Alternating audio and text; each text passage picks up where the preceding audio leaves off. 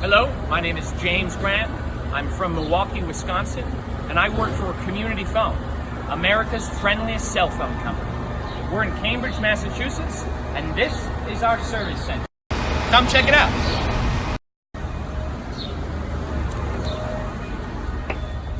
So when you first walk in, you'll meet Bertha, the big bear. And you might notice, conspicuously absent from our display, are many devices. Turns out the big carriers only make their money by selling you the latest and greatest devices, pushing the newest on you when you might not actually need that.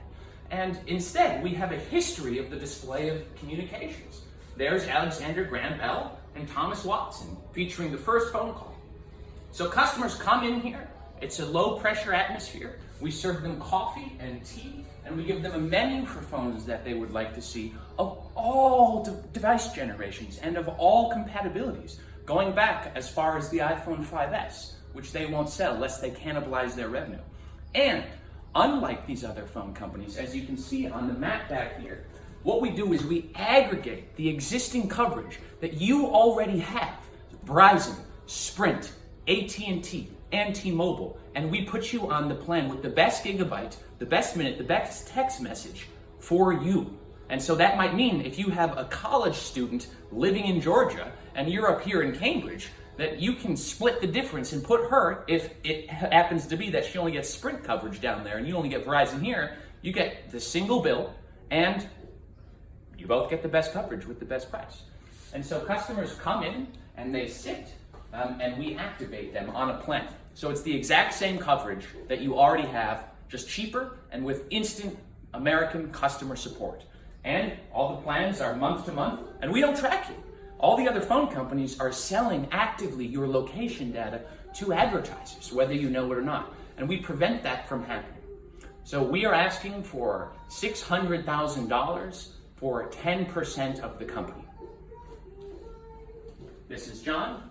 He's one of our helpful service assistants, and he's known for his friendly nature. John and I have been working together for some time. We are middle school friends, and here we are. So current sales are $300,000 in annualized recurring revenues, and we have more than 500 customers currently using our service. The company started because I was working on a previous software company that solved the dichotomy between performance on a network and security on a network.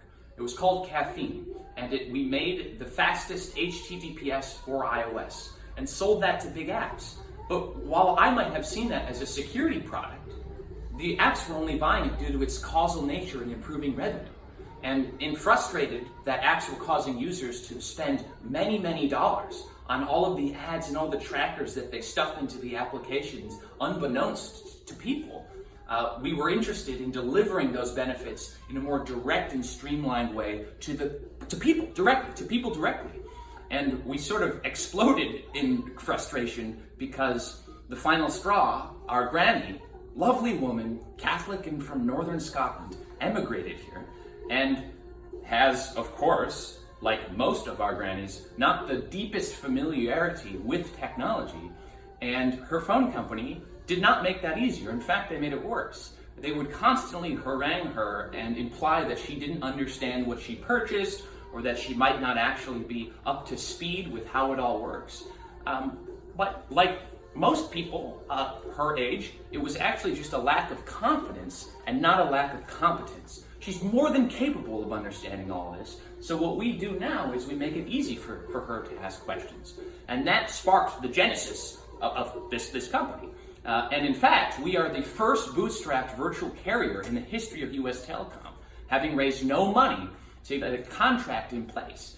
And how we did that was by going to, basically looking at every single deal done in the industry and found that one group in San Diego held a contract between Netgear's business service called Internet Around Town and Sprint. And that contract and software was actually held by neither Sprint nor Netgear. It was held by this third-party group, these three expat Croatians. And so not only were we able to get a deal done with that group and go to market much faster, but we were able to get those economics typically reserved for a Netgear-like size from Sprint, because from Sprint's point of view, we were Netgear at the time. Then we have that in place, and we go to AT&T, and AT&T goes, oh crap, we must be missing out. What'd you do? How'd you get that stuff with Sprint? And so by sort of faking it in both directions, we were able to, for $5,000, and that's according to what's written on the cover of the Boston Globe, January 5th, make a nationwide cell phone company. Because our sales right now are $300,000 in annualized recurring revenue, we anticipate a greater than tripling before the close of 2019, reaching a $1 million run rate. And before 2021, we anticipate $3 million in annualized recurring revenues. And investment so far to date, with my own personal savings, is on the order of $90,000. And I'm a Teal Fellow. This company has been through Y Combinator. And when I was 15 years old, I started selling Minecraft servers to other adolescents around the world, reaching a $100,000 run rate before I knew all this terminology and that was in fact a company and not just a side project / playing on the internet. Thank you very much for your time. After having switched high school 5 times, I look forward to meeting the Sharks. Thank you.